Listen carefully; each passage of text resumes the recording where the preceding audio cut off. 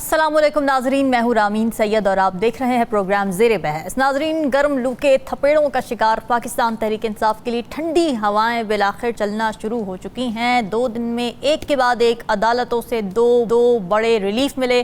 गुज़िश्ता रोज़ supreme court ने बतौर party PTI को मखसूस नशिस्तें दी थी, तो आज इमरान खान और बुशरा बीबी को इद्दत के दौरान निकाह केस में बरी कर दिया गया और किसी और केस में मतलूब ना होने की सूरत में उन्हें फौरी रिहाई का हुक्म दे दिया गया है। अब ये केस दायर किया था बुशरा बीबी के साबिक शौहर खावर मानिका ने, जिनको 6 साल बाद ये ख्याल आया था कि बुशरा बीबी ने उनसे तलाक के बाद इद्दत की मुद्दत पूरी किए बगैर दूसरा निकाह कर लिया था। इस केस में ट्रायल कोर्ट ने बुशरा बीबी और खान साहब को 7 साल कैद की सज़ा सुनाई थी, मगर आज सेशन अदालत में ट्रायल कोर्ट के इस फैसले को ओवरटर्न कर दिया गया। इस केस को नाजरीन ख़वातीन के हुकूक़ के हवाले से भी काफ़ी सेंसिटिव समझा जा रहा था, क्योंकि इसमें एक खातून के माहवारी के आयाम अंडर डिस्कशन आए, जो कि एक नहायत निजी मामला है। और दूसरा ये कि ऐसा मुआशरा जहाँ ख़वातीन का तलाक लेना और दूसरी शादी करना पहले ही टैबू समझा जाता है, स्टीरियोटाइप समझा जाता है, वहाँ पर इस तरह के केसेस ख़वातीन के लिए मज़ीद मुश्किलात खड़ी कर सकते थे, क्योंकि खावर मानिका की तरह कोई भी मर्द 6 साल बाद खड़े होकर ये दावा कर दे कि उसकी साबिका बीवी ने इद्दत पूरी किए बगैर शादी की थी, उसको अदालतों में घसीटे, हरासा करे, कैरेक्टर असैसिनेशन करे, जिस तरह मानिका साहब ने की, तो एक इंतहाई बैड प्रेसिडेंट सेट हो जाता। अब सवाल ये है कि क्या इमरान खान और बुशरा बीबी को रिहाई मिल जाएगी या अभी मज़ीद केसेस में उन्हें उलझाया जाता रहेगा? इसी पर बात कर लेंगे प्रोग्राम हिस्से में। हमें ज्वाइन कर रहे हैं सीनियर तज़ियाकार नज़्मु साक़िब साहब, राव खालिद साहब और साक़िब बशीर हमारे साथ मौजूद हैं। आप सभी का बहुत शुक्रिया। नज़्मु साक़िब साहब, ये केस जब बना, इसमें जब सेशन अदालत की जानिब से, ट्रायल कोर्ट की जानिब से जब फैसला आया, तब आपके क्या तासुरात थे? आज आपके क्या तासुरात हैं? और आप समझते हैं कि अब इस केस से जान छूट गई खान साहब की और बुशरा बीबी की, या फिर अभी इसमें कुछ और पॉसिबिलिटीज़ हैं? सबसे पहले तो आपने बहुत अच्छा इंट्रो दिया, जिसमें आपने ठंडी हवाओं का जिक्र किया कि वो चल रही हैं। तो आपके लाखों नाजरीन के लिए बताऊंगा कि कल वाला केस जो मखसूस नशिस्तों वाला था, या आज वाली जो रिलीफ मिला है, ठंडी हवाएं तो चल रही हैं, लेकिन सूरज जो है ना वो अभी सवा नेज़े से हटा नहीं है। अच्छा, तो सूरत हाल कुछ इस किस्म की है। ठीक है। ये केस जो है ये कहाँ जाएगा? अभी देखिए, ट्रायल कोर्ट ने फैसला किया, हाँ। सेशन कोर्ट में ये जो आपकी एडिशनल सेशन कोर्ट है, इसने आज फैसला दिया है ना। बिल्कुल। अब इसके बाद ये है कि जो दूसरी पार्टी है जिसमें खावर मानिका साहब हैं और उनके हमनवा हैं, उनके ऊपर उनके पास चॉइस तो है, वो इसको आप हाई कोर्ट में ले जाएं। अच्छा। हाई कोर्ट में जो है वो चूंकि देखा जाता है जी, कोई कानूनी मसला ऐसा तो नहीं था जो ट्रायल कोर्ट ने मिस कर दिया या सेशन कोर्ट ने मिस कर दिया, तो ये तो 5 मिनट के अंदर अंदर वहां भी खत्म हो जाएगा। अच्छा। लेकिन अगर आपने जिद पकड़ी हुई है तो आप हाई कोर्ट जा सकते हैं। हाई कोर्ट भी आपके खिलाफ फैसला नहीं करती, यानी आपके हक में फैसला नहीं करती, तो फिर आपके पास 2 और फोरम ऐसे हैं जिन पे आप इसी चीज को लटका सकते हैं, लमका सकते हैं, इसको दूर तक खींच सकते हैं। एक है आपकी इंट्रा कोर्ट और दूसरी है आपकी सुप्रीम कोर्ट। सुप्रीम कोर्ट के बाद भी वो लोग जो है ना नहीं छोड़ते और रिव्यू वगैरह की बातें करते हैं। गुजारिश ये होगी खावर मानिका साहब से और वो सारे लोग जो कि मुद्दई हैं इसमें, कि खुदा का खौफ कीजिए, अब मेरा ख्याल है बस कर दीजिए। ये तो उनसे गुजारिश है।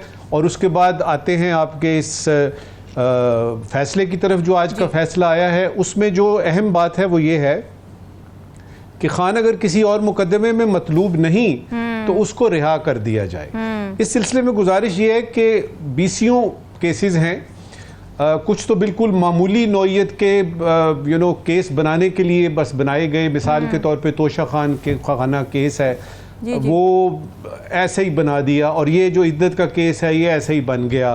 फिर उसके बाद आपका वो जो 190 मिलियन का है, उसमें हमने देखा 190 मिलियन पाउंड का जो केस है अल-कादिर ट्रस्ट वगैरह, उसमें हमने देखा कि एवन फील्ड का केस अगर दाएं बाएं हो जाता है, फ्लैगशिप का अगर हो सकता है, तो ये भी हो सकता था।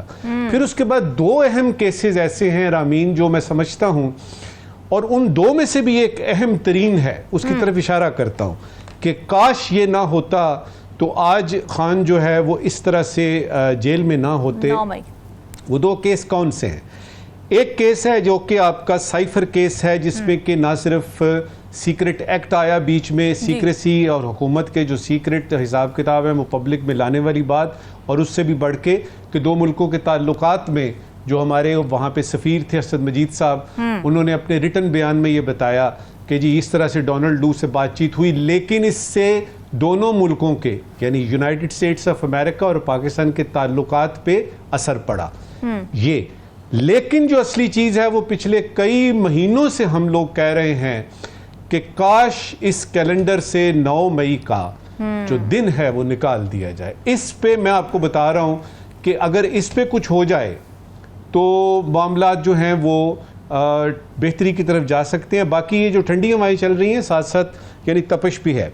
मसला कहाँ पे है इस वक्त? मेरे नज़दीक मसला एक जगह पे है और वो है कि एक तरफ आपकी मंतक ये कह रही है, कानून ये कह रहा है, और एक तरफ आपका नजरिया ज़रूरत है। मसला अखलाकियात का है, मसला जमहूरियत का भी नहीं है। मसला ये है कि आपने सियासत को कानून का जामा पहना के और पेश कर दिया है एक ऐसे केस की तरह से, और उस पर जो तवील किस्त है यानी उसकी लिस्ट है केसों की जो मैंने आपको बताई। अब यह कि नज़रिए ज़रूरत को क्या इस तरह से हम इस्तेमाल करते रहेंगे? कोई भी पॉलिटिकल फिगर है या कोई नॉन पॉलिटिकल फिगर है, बिजनेसमैन है, उसको क्या इस तरह से फंसा दिया जाएगा? फैसले कहाँ पे होते हैं? जहाँ पे फैसले होते हैं वहाँ पे मुझे लग रहा है कि थोड़ा सा टिल्ट जो है वो नज़र आ रहा है। फैसला खान के बाहर निकलने का मुझे तो नज़र नहीं आ रहा। अच्छा, 3 बातें इस वक्त की आखिरी करूँगा कि इसमें से इद्दत के केस में से 3 पैगामात कौन से मिल रहे हैं, उसके बाद बात को आगे बढ़ाते हैं जी। पहला ये मिल रहा है जी कि पीटीआई की मखसूस नशिस्तों पर रिलीफ, और अब ये रिलीफ हवा का रुख तब्दील हो रहा है। पहला पैगाम मुझे इसमें से मेरे तज्जिए ने बताया ये निकला। ओके। दूसरा पैगाम ये है कि पाकिस्तान में इंसाफ मिलना मुमकिन है अगर दिल चाहे तो, अगर फैसला हो जाए तो अगर लगाए। और तीसरा जो पैगाम मुझे मिला है वो अवाम के लिए है, मेरे लिए है, हम सब के लिए है इस इद्दत केस में, और वो ये है कि मर्द हजरात जो हैं वो अपने अपने निकाहनामे अटेस्टेड कॉपियाँ रेडीली अवेलेबल रखें, क्योंकि किसी वक्त भी इसकी जो है वो ज़रूरत पड़ सकती है। और इस केस के बाद तो अशद ज़रूरी हो गया निकाह नामों की कॉपियाँ, क्योंकि वो कहेंगे जी आपका तो निकाह हुआ ही नहीं है, कैसे साबित करेंगे आप? तो अटेस्टेड कॉपियाँ। यहाँ पे मैं अपनी बात ख़त्म करता हूँ, आगे चलते हैं। राव खालिद साहब, एक तो चलिए विक्टिमाइजेशन की बात की जाती है, पॉलिटिकल विक्टिमाइजेशन के कई केसेस बने, नवाज शरीफ पे बने, खान साहब पे बने, रिवर्स भी होते जा रहे हैं। इस पर करते हैं बात। मुझे सब ब्रेक का नाज़रीन वापस आते हैं ब्रेक के बाद। स्टे विद अस।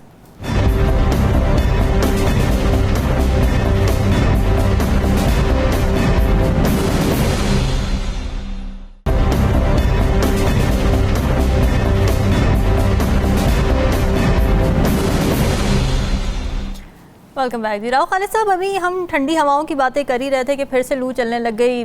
खबर ये आई है कि तोशा खाना का जो एक अपडेटेड वर्जन है 2.0 उसमें गिरफ्तारी डाल दी गई है इमरान खान की और बुशरा बीबी की। तो लग तो यही रहा है कि अभी इतनी आसानी से जाने नहीं देना। और दूसरे कि मैं बात कर रही थी विक्टिमाइजेशन के हवाले से, अगर स्पेसिफिकली इद्दत निकाह केस की बात करें, विक्टिमाइजेशन के केसेस बड़े बने और पता नहीं बरसों से बनते चले आ रहे हैं, लेकिन ये कोई बिल्कुल नेक्स्ट लेवल और कह लें कि बिल्कुल निचली सतह की विक्टिमाइजेशन थी जो कि इस मौके पर इस केस के थ्रू की गई। वो मैंने पिछले दिनों एक मिसाल दी थी पंजाबी की कि हमारी अप्रोच ये है कि पड़ोसी की दीवार गिर जाए भले अपना बच्चा नीचे आ जाए। ये सोचे बगैर कि इस किस्म के जब आप मुकदमात बनाते हैं, इस किस्म की जब बातें करते हैं तो मुआशरे पे उसके क्या असरात होते हैं। वो ख़वातीन जो ऑलरेडी मार्जिनलाइज्ड हैं, कभी उनको किसी हवाले से मार्जिनलाइज किया जाता है, कभी किसी हवाले से किया जाता है, उनके राइट्स का मसला है, उनकी तालीम का मसला है, उनके घर में जिस तरह उनको ब्याह के जाती हैं वहाँ पे जो उनके साथ जो सलूक होता है, वो सारी चीज़ें इतना सारा ऑलरेडी मुआशरे में मसाइल और मसाइब हैं। उसमें आपने एक नया काम शुरू कर दिया कि आपने अपने किसी मुखालिफ से बदला लेने के लिए एक इतने घटिया और बेतुके किस्म के मुकदमे में उसको मुलव्वस करके आपने ये काम किया। मज़ीद मार्जिनलाइज पाकिस्तान की 52% आबादी को आपने मज़ीद मार्जिनलाइज करने की कोशिश की है। Absolutely. सबके घर में बहनें, माएँ, बेटियाँ, बीवियाँ हैं, सबको वो उस हवाले से अगर हम सोचें तो शायद कोई थोड़ी सी हमारी सोच में कोई बेहतरी आए या आए। एक मसला जो खालिस्तन या तो शरीयत का था या इखलाकियात का था। मैंने फैसला पढ़ा जज साहब का, उसको पढ़ के मुझे अंदाजा हुआ कि इसमें कानून का तो कोई मसला ही नहीं था। हाँ। ये कोई कानूनी केस ही नहीं था। जो दावेदार है इस सारे केस का, वो आदमी अब कह रहा है, जो कि पहली स्टेज थी, अब कह रहा है कि जी उलमा से और इस्लामी नजरियाती काउंसिल से आप राय ले लें। ये तो बुनियाद थी उसकी, उससे पूछते, वहां से कोई एम्बिग्युइटी होती, कोई चीज होती, तो फिर आप आगे कुछ चलते, कुछ समझ आती कि ठीक है जी एक का तरीकाकार इख्तियार किया गया है, प्रॉपर उसका वे इख्तियार किया गया, और उसमें वाकई फिर वो कहते मियाँ बीवी राजी तो क्या करेगा काजी। When they are happily married, उनकी शादी हो गई है, अगर उसमें कोई कह ले के कोई प्रॉब्लम थी तो दोबारा उन्होंने निकाह करके वो सुकम दूर कर लिया, तो उसके बाद क्या मसला रह गया सही था? बात है। सिवाय इसके कि आपने एक मुखालिफ से बदला लेना है, उसको एक ऐसे घटिया किस्म के मुकदमे में आपकी कोशिश थी कि उसको ख्वार किया जाएगा। ये तो सारी कालक आपके मुंह पे बली गई। जो लोग भी इसमें मुलव्वस थे, जो लोग भी इसके पीछे थे, उनका मुंह इस तरह काला हुआ है कि अब वो धुल नहीं सकता। ये मैं आपको बताऊं, इस फैसले के बाद खास तौर पे जहां मर्जी चले जाएं, ये वो धुलेगा नहीं। ये उनका जिस किस्म के कालक उन्होंने अपने मुंह पे मल ली है। दूसरी बात जो है, अभी इमरान खान साहब की गिरफ्तारी हो गई है, बशीर बीबी की भी हो गई है, तो वो नजम साकिब साहब ने भी बात की, मैं भी यही बात करने वाला था कि उनका रिलीफ तो मिल रहा है लेकिन रिहाई नहीं हो रही। उसकी बुनियादी वजह है हुक्मरानों का खौफ। जो हमारे हुक्मरान हैं उनको ये खौफ है कि जिस किस्म के इमरान खान की पॉपुलैरिटी है, जिस किस्म की अवामी हमायत है, बल्कि तारीखी अवामी हमायत है, हम अगर पाकिस्तान की हिस्ट्री के हवाले से देखें तो ये जब बाहर आएगा इमरान खान तो उनकी सियासी मौत होगी। ये अच्छा, आदि तो हो चुकी है। तो ये करने से, ये सब करने से कौन सी उनकी पॉपुलैरिटी खत्म हो रही है या हुकूमत की बड़ी चार चांद लगते जा रहे हैं? मजीद हुकूमत जारी है उसी तरफ मैं जी उसी तरफ उसी तरफ ही लेके जा रहा था मैं कि क्या फ़ायदा होगा। ये अब हिकमत अमली ये है कि स्टेप वाइज करके, आहिस्ता आहिस्ता करके वो किया जाए किसी तरीके से कि उनकी जब रिहाई हो तो जो पुरजोश इस्तकबाल है, जो अवाम में एक वलवला होगा उस पर, या कुछ जज्बा होगा या जुनून होगा, तो वो उसको किसी तरीके डिल्यूट किया जाए। जब रिहाई हो तो वो बस ऐसे निकले और चुप करके बनी गल आ जाए। ये पॉसिबल है नहीं, इस तरह होना नहीं। आप उनको 2 महीने रखें, 2 साल रखें, 5 साल रखें, जिस दिन उसने बाहर आना है उस दिन वही होना है जो आज होगा। इसलिए उसमें फ़र्क कोई नहीं पड़ने लगा, क्योंकि जो एक स्पोर्ट जो आई है उसमें इमरान खान की मोहब्बत या उसकी हमायत का इतना नहीं है जितना हुक्मरानों, मौजूदा हुक्मरानों की नफरत का पहलू उसमें आ गया। और जिस किस्म का माहौल इस वक्त है पाकिस्तान के अंदर, उसको रिवर्स करना हुकूमत के बस की बात नहीं है, ना उनके इख्तियार में है। तो ये जितना मर्जी कर ले, आखिर पे होना वही है। वो नजम साकिब साहब ने कल एक बोला था मुहावरा, वो मैं दोहराना चाहता हूँ। ये जिस तरह मर्जी कर ले, इमरान खान ने एक ना एक दिन बाहर आना है। और वो मैं इसी मुहावरे पे ख़त्म करता हूँ कि बकरे की माँ कब तक खैर बनाएगी। बिल्कुल ठीक है। साकिब, ये बताएं कि स्कोर कार्ड होता है ना, खान साहब के या बुशरा बीबी के केसेस का स्कोर कार्ड अब कहाँ तक पहुँचा? कौन सा केस है जिसमें कन्विक्शन हुई, किस में ख़त्म हुई, किस में इम्कान है, किस में गिरफ्तारी हुई, किस में ख़त्म हुई, किस में इम्कान है? ज़रा अगर आप एक रन डाउन हमें दे दें।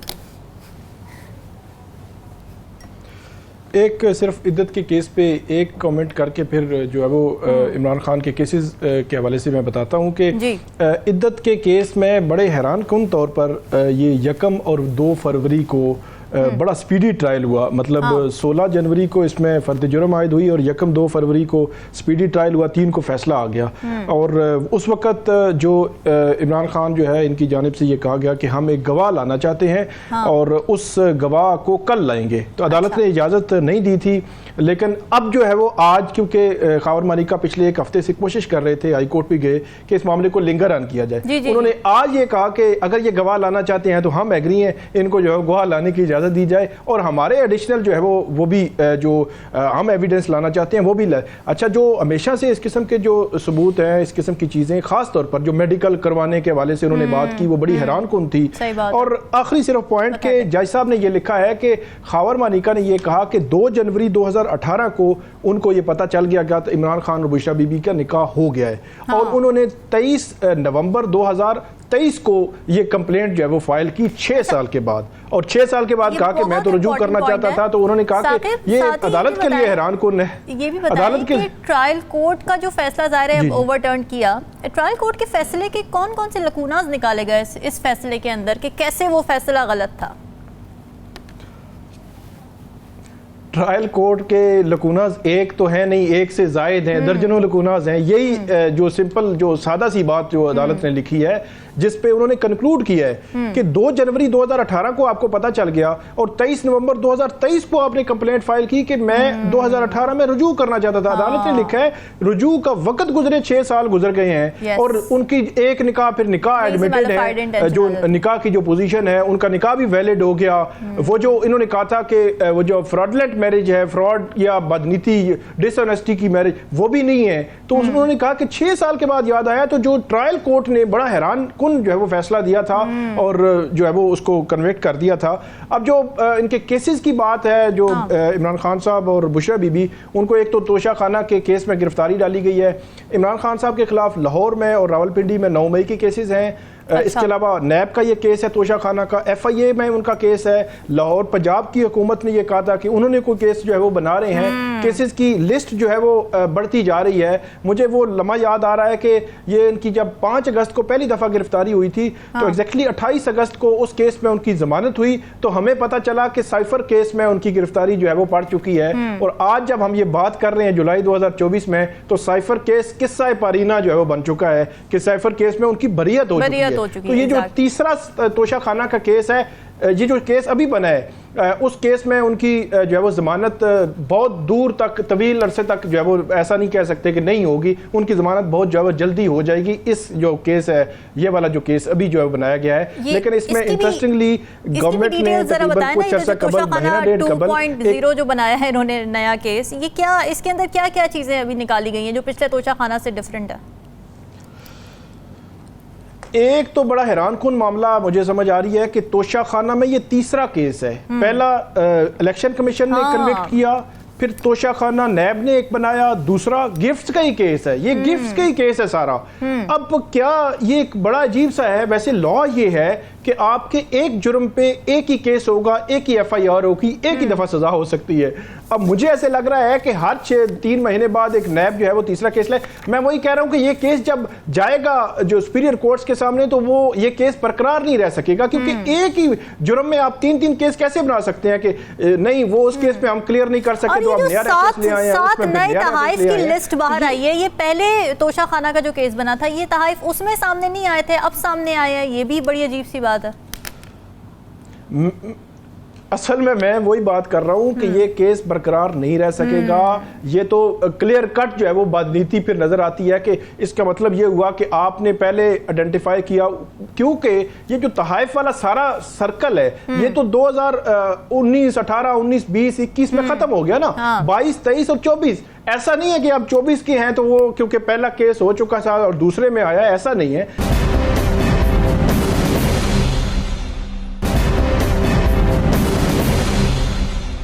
एक नैब का ऑर्डिनेंस जारी हुआ था और आज से उस नैब के ऑर्डिनेंस पे जो अमल दरामद शुरू हो गया है। जिस दिन ये ऑर्डिनेंस जारी हुआ था, उसके बाद जब भी बात की हमने, उस पे यही था कि ये पर्सन स्पेसिफिक ऑर्डिनेंस है। वो ऑर्डिनेंस ये था कि अगर किसी केस में उनकी गिरफ्तारी होती है तो 14 रोज की रिमांड की बजाय 40 दिन जो है वो एहतसाब अदालत जो है वो रिमांड दे सकती है नैब को।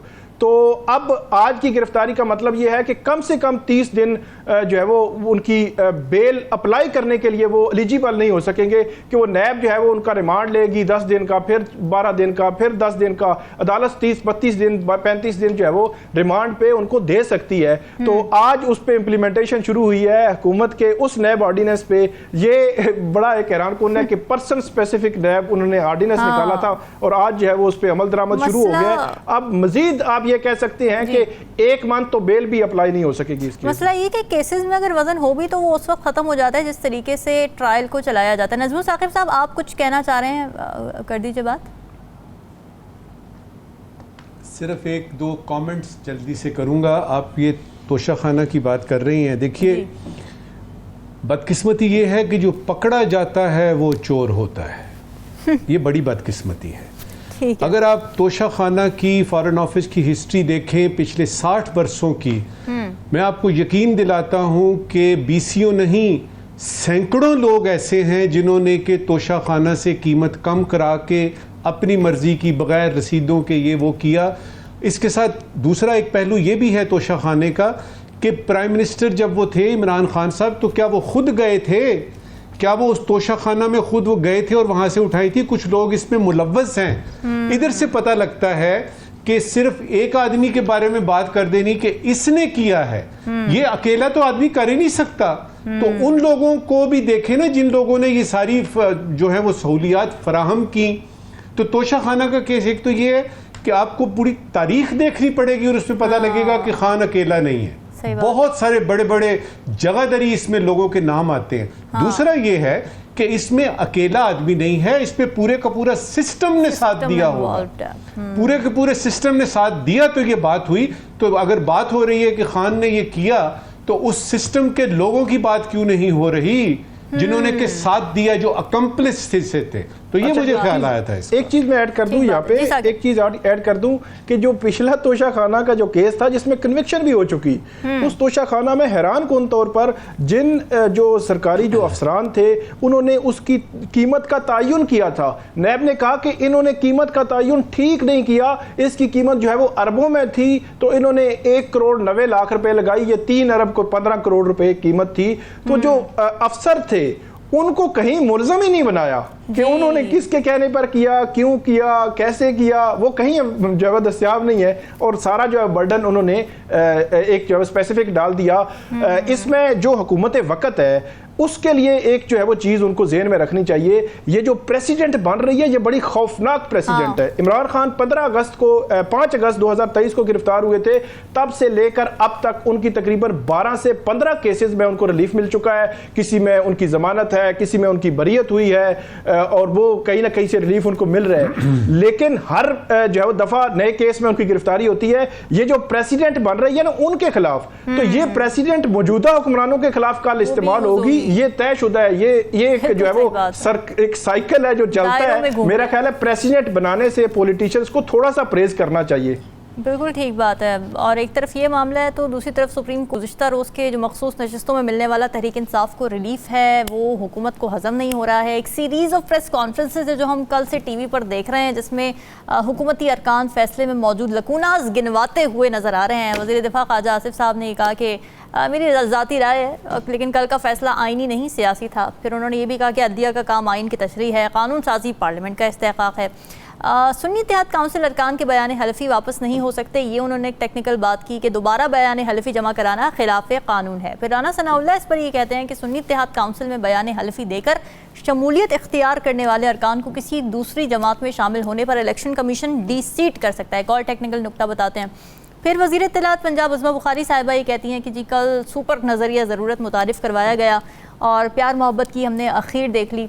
इसके अलावा खबरें ये भी आ रही हैं कि नवाज शरीफ मखसूस नशिस्तों पर सुप्रीम कोर्ट के फैसले से ऑब्वियसली नाखुश हैं और नून लीग की मरकज़ी क़यादत का इजलास पीर को मरी में तलब कर लिया गया है। तो राव खालिद साहब, सवाल ये कि हुकूमत इस फैसले के ख़िलाफ़ जो स्टेटमेंट्स दे रही है, ऐसा नहीं लग रहा कि कोई ठोस मंतिक उनके पास है नहीं? और क्या फिर आप अपील में उनको जाता हुआ देख रहे हैं? देखिए, वो तो आज अटॉर्नी जनरल साहब से बात की है कुछ रिपोर्टर्स ने, तो हाँ, वो तो कहते पीर उन्होंने कहा कि इस पे गौर नहीं हुआ, फैसले पे बात तो हुई है। जी फैसले पे बात हुई है, लेकिन अभी नज़रसानी जो दायर करने का रिव्यू जो होती है वो अभी कोई फैसला नहीं हुआ। अपील मेरा ख्याल इस पे हो नहीं सकेगी क्योंकि लार्जर बेंच ने सुनना होता है फुल कोर्ट के केस को। कितना बड़ा लार्जर बेंच सुनेगा, डिफरेंट लार्जर बेंच, ये जजेस नहीं उस पर बैठ सकते। तो बाकी 4 अगर पूरी भी हो, सुप्रीम कोर्ट 17 जज हैं, बाकी 4 और भी आ जाएं, तो वो 4 का बेंच 13 का फैसला या 8 मेजॉरिटी है, 8 का तो अनडू नहीं कर सकता। इसलिए मेरा ख्याल अपील तो खारिज अज़ इम्कान है, लेकिन नज़रसानी के बारे में अभी वो गौर कर रहे हैं कि करेंगे कि नहीं करेंगे। जहाँ तक इनकी परेशानी की बात है और इस्तराब की बात है, वो एक बहुत ऑब्वियस है, नज़र आ रही है आपको। क्योंकि आपने जैसे कहा कि गर्म हवाएं चल रही थी और फिर ठंडी हवाएं चलना शुरू हो गई। जिस अजाब से पीटीआई और इमरान खान गुजर रहे थे वो तो तकरीबन टल चुका है। ठीक है। अब तो वो रिसीड कर रहा है, पानी उतर रहा है, आप कह लें सैलाब हाँ, का। हाँ। अब आहिस्ता आहिस्ता वो चीज़ें ख़त्म हो रही हैं। अब तो मामूल की कार्रवाई है इस केस में, बाहर नहीं आने देना, यानी अब ले दे के अब इस पे आ गया कि इमरान खान को बाहर नहीं आने देना। अब उसका ट्रायल या सजा के तो होते रहेंगे मामला।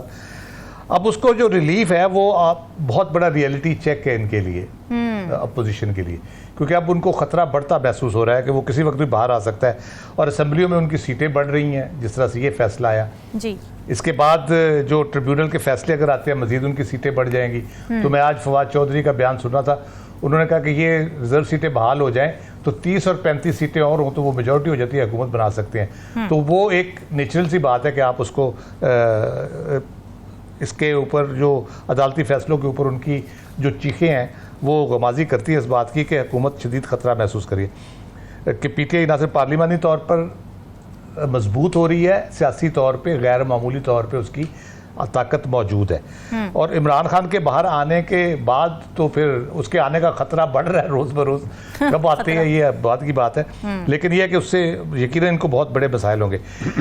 जबकि दूसरी तरफ जो हुकूमत खुद है, जो हुकूमत जो पहले हिस्से में मैं कह रहा हूँ रिवर्स नहीं कर सकती सारे प्रोसेस को, जो उसकी पॉपुलैरिटी का है या उनकी सीटों का है या बाकी जो, क्योंकि हुकूमत के पास अभी तक तो सियासी और मुआशी तौर पे वो इस्तेहकाम लाने में और अवाम को कोई रिलीफ देने में बुरी तरह नाकाम है, बल्कि मुश्किलात बढ़ रही हैं और दिन ब दिन। और जब तक ये इन महाजों पे वो कामयाब नहीं होंगे तो वो जाहिर है कुछ नहीं कर सकते। सिर्फ बयानों से, तनकीद से, इन चीज़ों से तो कुछ नहीं होगा। आप अगर बद्दुआएं देंगे, दुश्मन की तोपों में कीड़े पड़ जाएं तो वो कीड़े नहीं पड़ने लगे, पड़ भी जाएं तो वो तोपें तो चल जाएंगी, फिर भी कीड़ों ने तोपों को रोक थोड़ी लेना है। तो इसलिए इनकी जो है इस्तराब वो दिन ब दिन बढ़ता चला जा रहा है। दूसरी बात, जो वो फैसले पे जो बुनियादी तौर पे जो तनकीद कर रहे हैं, जो उसमें बयान दे रहे हैं, दो चीज़ें हैं उसमें। एक तो सुन्नी इत्तेहाद कौंसिल की जो तनकीद है वो ये है कि 6 मई से उन्होंने सुप्रीम कोर्ट ने दिया है और बड़ा स्पेसिफिक करके दिया है, उनको भी पता था क्या क्या प्रॉब्लम्स हो सकती हैं। तो सुन्नी इत्तेहाद कौंसिल ने जब ज्वाइन करने के एफिडेविट दिए उसको उन्होंने नल एंड वॉइड कर दिया, उन सारी चीज़ों को वो तो ख़त्म ही कर दिया सुप्रीम कोर्ट ने। जब वो एक चीज़ ख़त्म सुप्रीम कोर्ट के ऑर्डर से हो गई है तो आप सुन्नी इत्तेहाद कौंसिल के कोई रुकन अगर दावेदार है एफिडेविट दिया है तो उसको किस तरह कसूरवार ठहराएंगे आप? वो कहेगा जी सुप्रीम कोर्ट ने कहा जी आपका एफिडेविट फारग है, हम तो मानते ही नहीं इसको। ठीक है। दूसरी बात ये है कि जो ये आर्गूमेंट ये कर रहे हैं कि पीटीआई तो उसमें मुकदमे में थी नहीं तो रिलीफ उसको मिल गया, तो आप प्रोपोर्शनल रिप्रेजेंटेशन में आप कहीं एग्जिस्ट नहीं करते थे, आपका कोई लेना देना नहीं था। आप इस केस में पार्टी भी बन गए और आपने वो बदरबाट में इजाफी सीटें भी ले ली। आप किस हद के तहत वो क्लेम कर रहे थे? अगर रिजल्ट गलत हो रहा है तो आप कौन सा सही कर रहे थे? तो पीटीआई दावेदार थी, हमेशा से थी, पहले दिन से थी। सलमान अकरम राजा खुद थे, फिर कमल शोजब जो थी वो पीटीआई की उसके अपेलेंट के तौर पे आई। और फिर जो सुप्रीम कोर्ट ने जब डिसाइड किया है, उन्होंने वर्ड यूज किया पेक्यूलियर सर्कमस्टांसेस में इलेक्शन जो हुए, उन्होंने ओवरऑल मेरा डिटेल जजमेंट में वो इन चीज़ों को एड्रेस करेंगे कि ये सारे कैसे बिल्डअप हुआ, किस तरह इलेक्शन कमीशन ने अपनी एक एक स्टेप के ऊपर किस किस तरह से उन्होंने की। कल नजमुल साकिब साहब ने कहा था कि उन्होंने कुछ काम किए जो गलत थे, कुछ काम नहीं किए वो भी गलत किया। तो वो सारी चीजें उन्होंने एड्रेस की हैं और डिटेल जजमेंट में उसको वो पूरी तरह एड्रेस करेंगे। इसलिए ये रोला चोला डालते रहेंगे, अब मेरा ख्याल इनका कुछ बनने वाला नहीं है।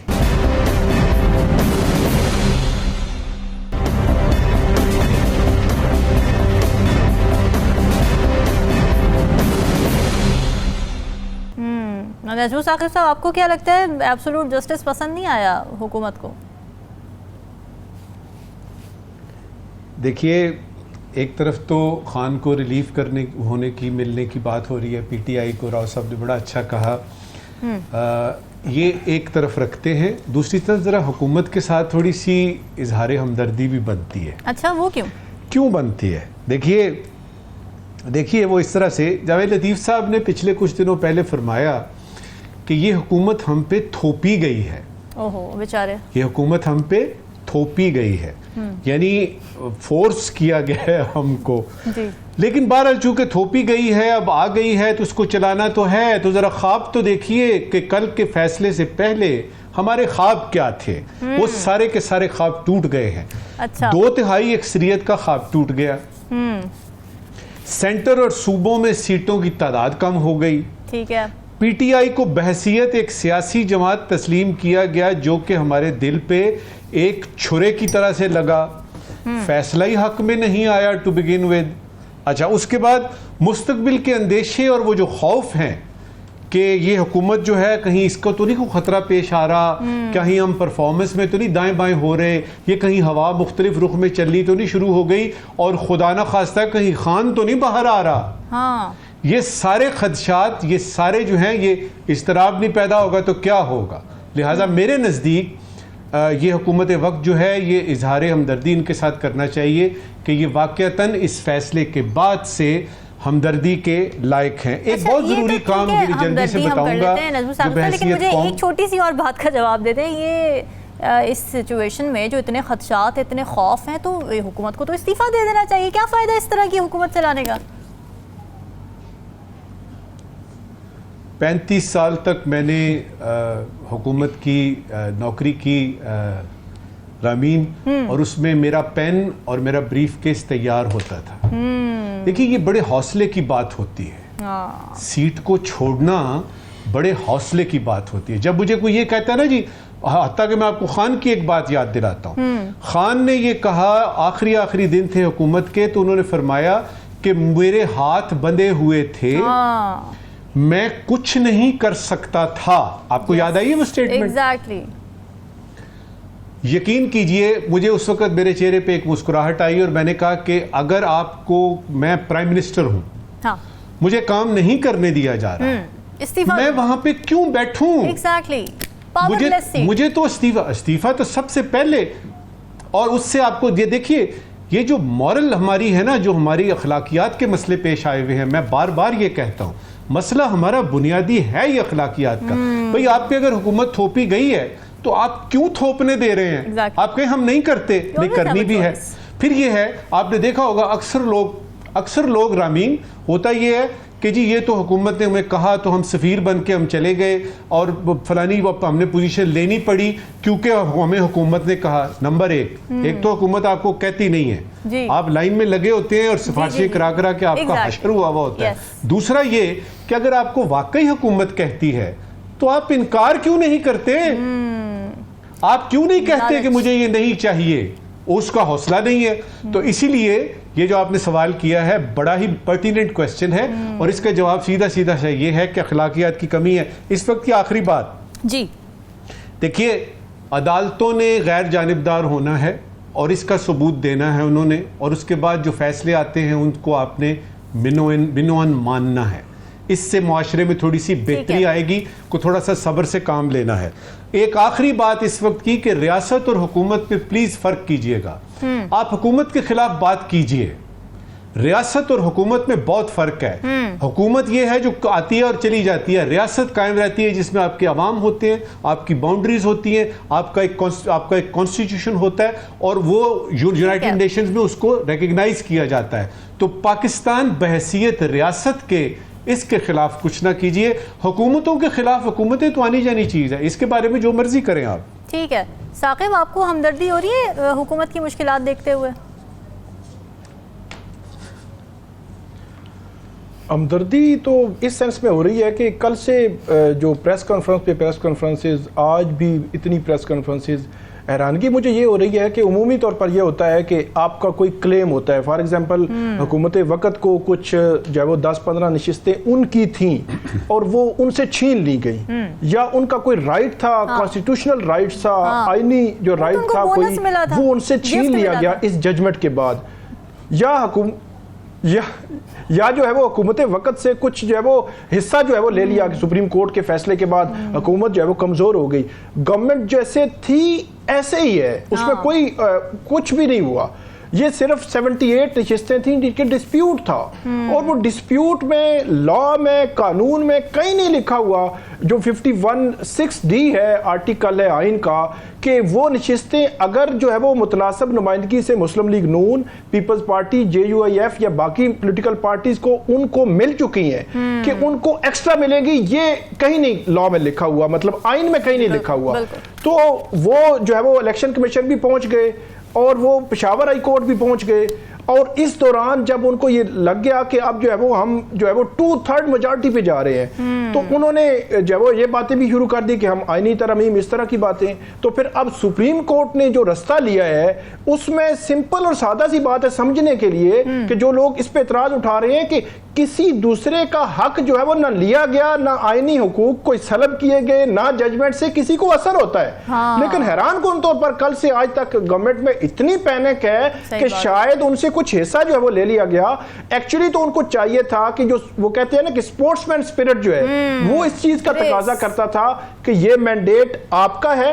जिस तरह अमूमी तौर पर कहा जाता है कि फॉर एग्जांपल खैबर पख्तूनख्वा में या सिंध में किसी पॉलिटिकल पार्टी की अगर वो जो है वो मेजॉरिटी हो तो उनको जो है वो उसी एंगल के तहत जो है वो दावत दी जाती है कि आप जो है वो हुकूमत बना लें, हम जो है वो नहीं करेंगे। तो इसी स्पोर्ट्समैन स्पिरिट जो है वो वैसे तो वो उधर आता है, लेकिन उनको ये मुजाहरा करना चाहिए था कि पब्लिक ने ये मैंडेट आपको दिया है, ये आपके साथ ही जाएगा। वो तो मैंडेट फॉर्म 47 वाली तो चले हम कुछ नहीं कर सकते, लेकिन यहाँ हम आपके साथ हैं, हमें नहीं मिला, लेकिन बिल्कुल वो कह रहे हैं कि ये हमें नहीं मिला। फिर जो सबसे बड़ा सवाल जो कल से उन्होंने जो है वो इसमें सारा उलझाया हुआ है, और पब्लिक भी जारी सी बात ये पूछ रही है कि सुन्नी इत्तेहाद काउंसिल का ये केस था, पीटीआई तो उनके सामने थी ही नहीं, तो उसको कैसे उन्होंने दे दिया। इसका सिंपल सा मैं बता देता हूं कि सुन्नी इत्तेहाद काउंसिल का केस आता है सुप्रीम कोर्ट के सामने, 7 उसमें हेयरिंग्स होती हैं। आज भी आप हेयरिंग्स निकाल के देख लें, तकरीबन 22-23 घंटे ये हेयरिंग्स चली हैं, तो 22-23 घंटे ही पीटीआई डिस्कस हुई है। इलेक्शन कमीशन ने सारा रिकॉर्ड पीटीआई का पेश किया है। इलेक्शन कमीशन हवाला जो है वो बल्ले के निशान का फैसला कैसे दिया, किस तरह दिया, कैसे उनको जो है वो दूर किया, वो हवाले देता रहा है। सारा कुछ जो है वो पीटीआई से जुड़ा हुआ था उस 22 घंटों में। बस एक बेतुके तो ये जो पॉइंट है, ठीक है नाज़रीन, ये सवाल आपके लिए फीडबैक जरूर दीजिएगा। हमें दीजिए इजाजत, अल्लाह हाफ़िज़।